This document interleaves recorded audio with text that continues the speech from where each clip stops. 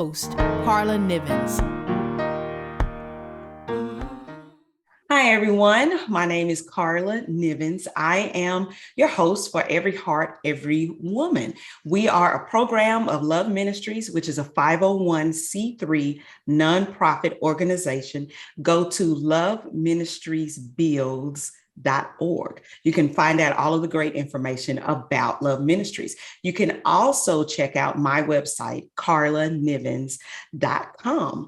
Well, I am so excited to jump into our conversation for today. We are welcoming back Courtney Kelly. Courtney Kelly, so I have to read this. She's like MBA, PE. I don't even know what those words mean. She'll have to tell us what they mean, but she is the author of Celeste Saves the City. Courtney was born and raised in New Orleans, Louisiana. Courtney has been an advocate for diversity and inclusion in the construction and engineering industries for over 10 years. Currently based in Dallas, Texas, she is a commercial and heavy civil construction project management professional and a licensed professional engineer.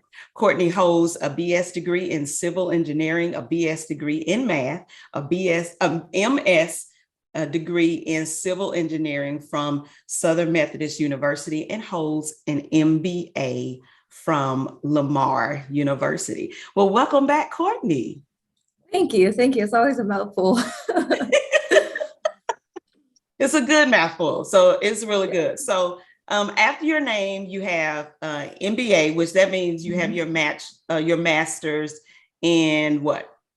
In business administration. In business and administration, and then the PE. That's professional engineer. So it's a licensure that allows me to, qualifies me to do a bunch of different things from an engineering and construction background. Okay, very good. So I ask you those things because number one, it's not every day that you run into a Black woman as like yourself, and that has all of those different degrees and licenses behind your name. So this is not a question that I plan to ask, but for young people, and it doesn't matter the race or culture, but for young people who are coming up and they are thinking about a career in engineering, and you're specifically right now, you're working in construction and construction management, right? That's correct. So if you're thinking about a career in engineering, do you recommend that young people kind of have it in their minds to get all of those licenses and different degrees? A couple of things. So, I know it's a loaded question, I'm sure. No, it's okay. It's a great question. Great question. So I'm a bit of a nerd. So in general, just disclaimer, you do not need to have 4 degrees to do what I do. Most people go to school for construction management, actually, to enter into the construction industry from an operations management standpoint. But also, particularly for construction, people can start in the trades, is what we call it. So you can start off as a laborer or as some type of craft or equipment professional, and then climb your way up the ladder into either additional roles within the field operations. So becoming a superintendent on the project. So you're responsible for everything that happens out in the field. Or you can even gravitate and go into more of an office type role as a project manager. So you're still doing things, you're trying to manage the overall health and well-being of the projects, but your responsibility is really an overarching role for the project as opposed to being fully responsible for the field. So that's kind of construction. With engineering, I studied engineering, even though I've never done any design after graduating. I continued to pursue engineering degrees and engineering licenses because I felt like those things were ways for me to level up in the industry.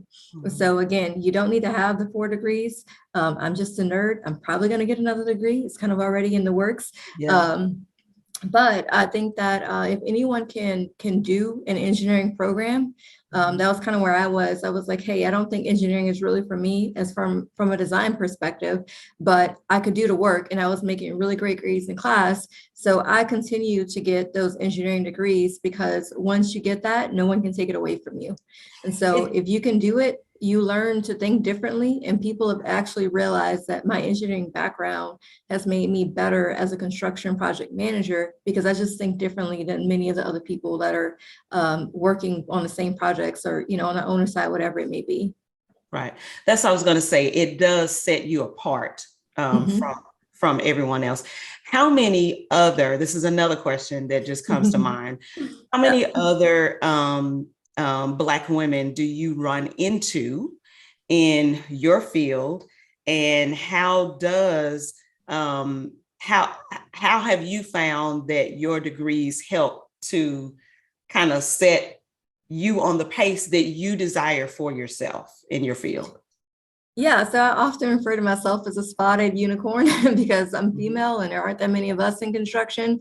And there's far fewer Black females in construction. So usually I'm the only Black female in any given room. And while there are a lot of Black females that are in administrative roles, a lot of DEI professionals are Black females. When it goes into more of the operations standpoint, that number sharply declines. So I am finding that now I'm starting to see a few more of us, but even then it's few and far in between. Yeah. So honestly, I feel like that leads us into talking about your book, Celeste Saves the City. You are now an author, a published author, really for the first time. And number one, give everybody kind of the background on how that actually segues from what you do into how, you know, it played into you writing Celeste Saves the City. And how long have you had this desire to write this book? Yeah, so I actually kind of answer the second part of the last question in this. So again, growing up kind of in my career, I realized that I was one of the only, and also I would get questioned a lot because people see me, they see all the degrees I have. Oh, you're so smart, you're so this. And they would say things like, why can't all Black people be like you? Or you figured it out, why can't everyone else figure it out? And I realized pretty early on that it wasn't that I just like miraculously figured it out. I got lucky. I had parents that really instilled a love of education inside of me. And I was told since I was as young as I can remember that I would grow up and be the first Black president. And so I kind of had that mentality and that mindset instilled in me at an early age. And I also had a lot of opportunities that many people who look like me just don't have. So part of the reason for writing the book is to just expose more kids, particularly women of color or kids of color, to think about civil engineering and think about construction as potential careers for themselves. Because of my degrees, I was able to level up my career. And in addition to that, I just put a lot on my plate. I always say yes to things and figure it out, even if I don't have the answers. So I was able to just really capitalize and build up my career very quickly, regardless of what position I was in. But everybody else doesn't have that opportunity, right? You actually have to have a seat at the table. So through this book, I'm hoping that the kids that read it, as well as their parents and other people that come across it, can really think to themselves, like, does this make sense in our world today? Or is this reflective or representative of our world today? And if so, then great. But if not, then why not? You know, who says that Celeste can't save the city if Celeste looks a certain way or Celeste comes from a particular background? So there's a bunch of different layers within a book, but that's what it really boils down to. I'm just trying to kind of break the current state or current stage of the industry into being more open-minded to the possibility of people who look like me having a seat at the table from very entry-level positions all the way to the top, but then also trying to expose this potential opportunity to kids, and not just, you know, Black girls, but boys as well, and for them to see that it's okay to have girls empowered, to have girls making decisions, giving off their ideas, and people actually listening to them and hearing them.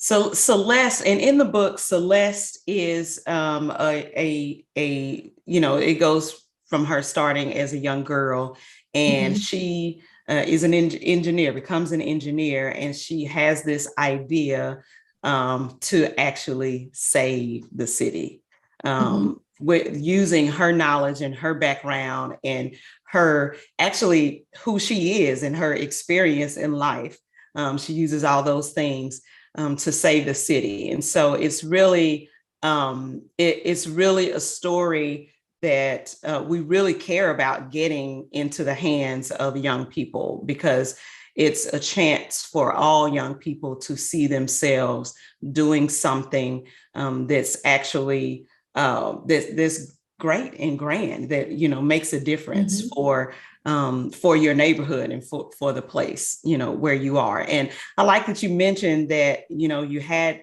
parents that really stressed, you know, put a lot of emphasis, not stress, but put a lot of emphasis on education and doing the very best that you can. And some people have that at home. I had that at home, and my husband, and we talk all the time about how that really set us up for success in the future. But if you don't have that at home, you know, that's what, for my family, that's why we have the nonprofit. That's why Love Ministries exists. And for women, that's why Every Heart, Every Woman exists. So when you hear that, if you're thinking, okay, I didn't have that kind of start, put that, put those people around you in your life that can help speak that life into you, so that you can get you know, where you're going, or where you want to be in life. Courtney, talk about I'm sure there were many, you know, you and I know each other, so I know the different levels that you had to go through. Talk about some of the challenges you had, maybe even just one, and how you were able to persevere and how you were able to, you know, overcome the challenge, because this was your first time writing a book. And yes, you do have all those degrees, but you don't actually have a degree in I don't even know what you would have for writing the book, English maybe, but you don't actually have the degree in this specific structure that you've put the book in. You had the knowledge, and you had the story, you had the storyline, and the storyline came from you and your experiences. But how did you overcome these challenges of things that aren't in your background and things that you just didn't know? Yeah, so I actually got the idea to write the book back in 2017. So I created the first manuscript, and I thought it was the best thing since sliced bread. And I sent it off to different publishers, and they were like, nope. Like, I was like, oh, okay, maybe this isn't all that great.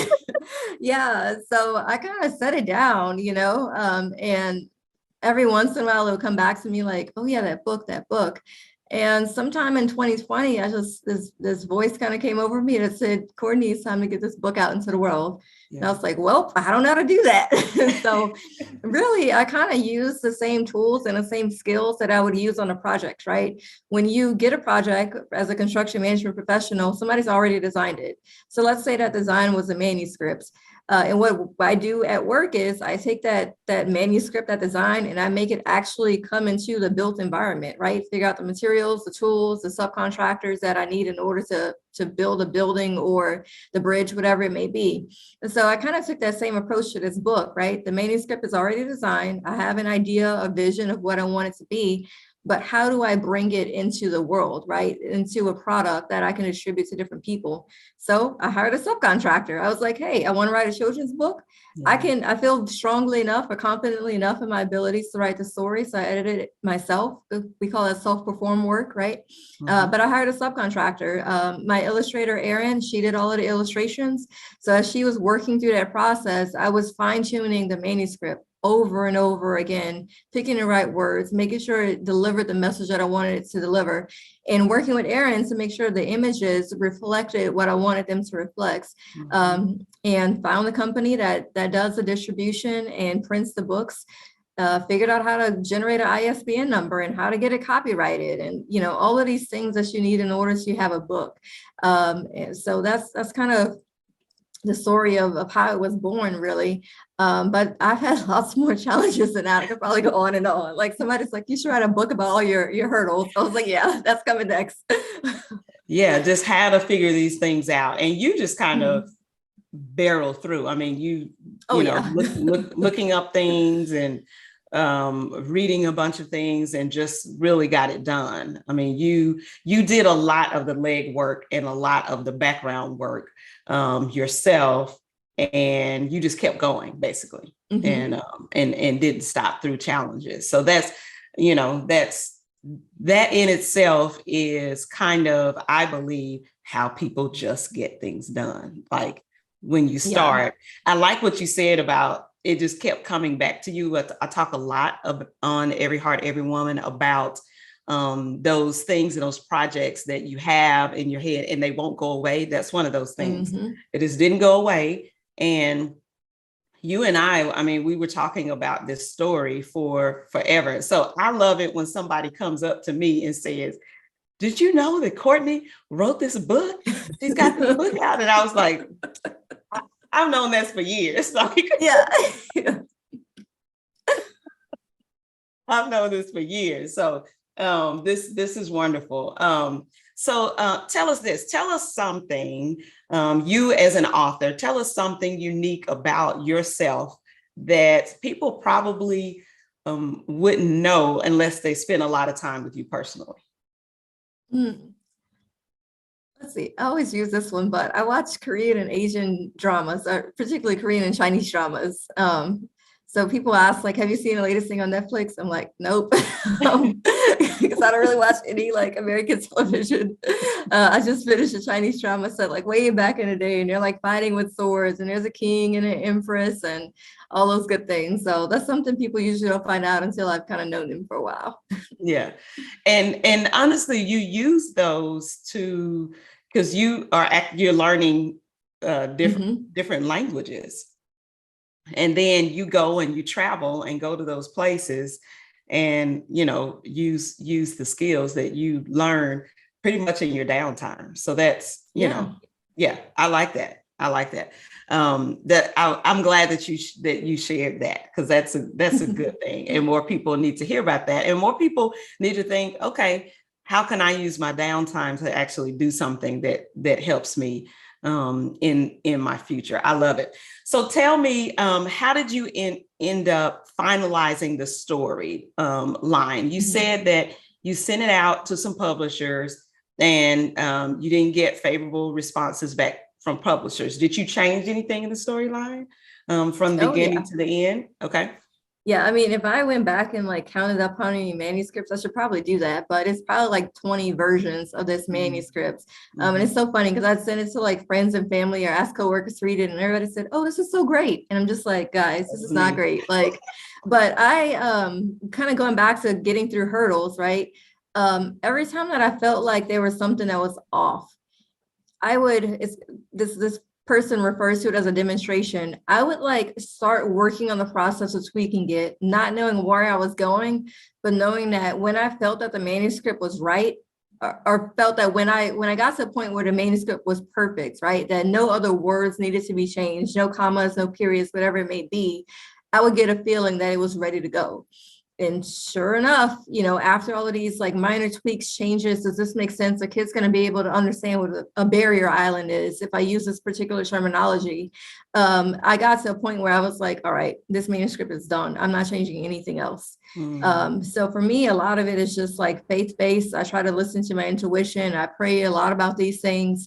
Again, people tell me everything is great, but I'm like, no, nobody's going to criticize it as harshly as I will criticize it myself.